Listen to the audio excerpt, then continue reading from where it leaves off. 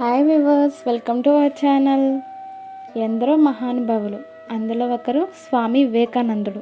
ఈరోజు మనం స్వామి వివేకానందుడు గురించి తెలుసుకోబోతున్నాం. నా దేశ యువజనులారా, లిండి మేల్కొనండి, బలమే జీవితం, బలహీనతే మరణం, సర్వశక్తులు మీలోనే ఉన్నాయి, అది తెలుసుకోండి అని పిలుపునిచ్చాడు స్వామి వివేకానంద.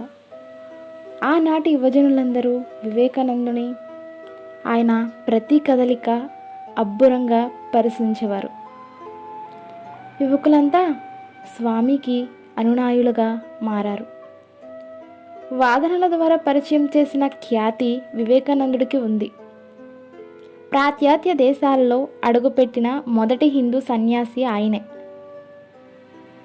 షికాగోలో జరిగిన సర్వమత సమావేశాలకు హాజరై ఆయన ప్రసంగించారు. అమెరికన్ సోదర సోదరీమణులారా అంటూ ప్రారంభించి ఆయన చేసిన ప్రసంగం ఆనాటి సమావేశంలోని అందరినీ అలరించింది. మరునాటి పత్రికలు వివేకానందుని ఆకాశానికి ఎత్తేస్తూ రాశాయి. అక్కడ ప్రజలు ఆయన ఆరాధ్యుడయ్యాడు. ఆయన మాట్లాడడానికి లేచాడంటే చాలు చెవులు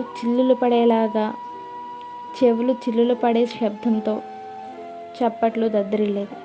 కొన్ని సంస్థలు సభ జరుగుతున్నప్పుడు మధ్యలోనే తమ సంస్థకు ఆహ్వానించేవి. అనతి కాలంలోనే స్వామీజీకి ప్రపంచ ఖ్యాతి లభించింది. ఎక్కడికి వెళ్ళినా స్వామీజీ తన ప్రసంగంతో భారతదేశపు విలువల్ని చాలాసేపు వివరించేవాడు. మైసూర్ మహారాజా సభలో స్వామీజీ సంస్కృతంలో చేసిన ప్రసంగం మహారాజా వారిని ముగ్ధుల్ని చేసింది.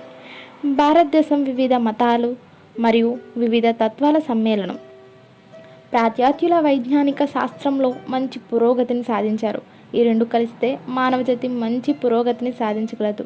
కాబట్టి నేను అమెరికా వెళ్ళి అక్కడ వేదాంతాన్ని వ్యాప్తి చేయాలనుకుంటున్నాను అని స్వామీజీ తొలిసారి అక్కడే చెప్పారు.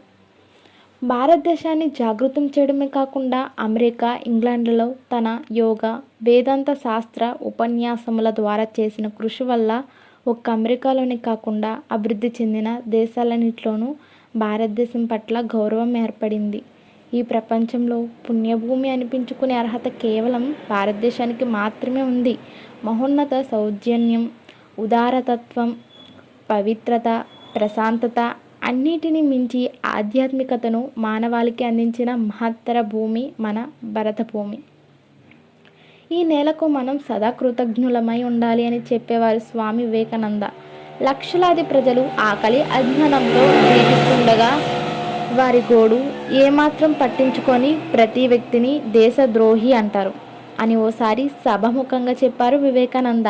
ప్రాపంచిక విషయాల్లో కొట్టుకుంటూ పురుగుల్లా చావడం కంటే కర్తవ్య నిర్వహణతో మరణించడమే ఉత్తమం అన్నారు.